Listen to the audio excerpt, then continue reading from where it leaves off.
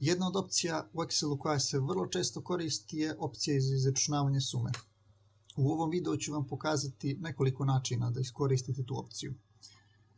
Prvi način je možda oni koji se najčešće koristi, odnosno ako želite izračunati recimo sumu ove kolone, jednostavno kliknete u prvu ćeliju ispod svih ovih brojeva i izaberete opciju AutoSum.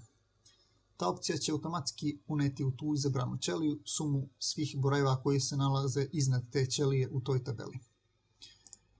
Drugi način je vrlo sličan ovom prvom načinu, odnosno prvo izaberete ćeliju u koju želite da unesete sumu i zatim pritisnite kombinaciju tastera Alt i znak jednakosti.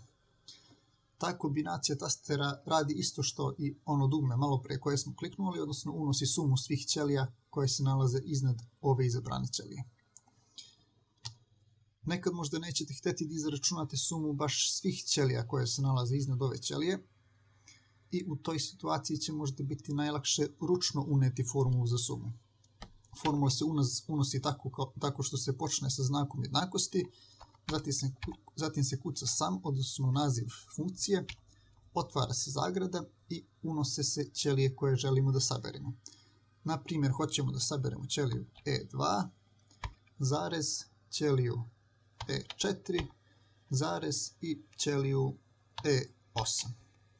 Zatvorimo zagradu, pritisnemo Enter i dobili smo sumu. Četvrti način je možda način koji se ne koristi baš tako često, ali zna da bude vrlo koristan.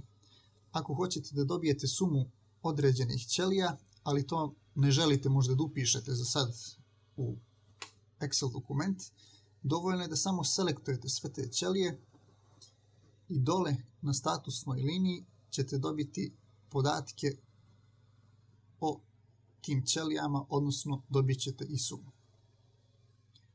To bi bilo sve. Vidimo se u sljedećem videu.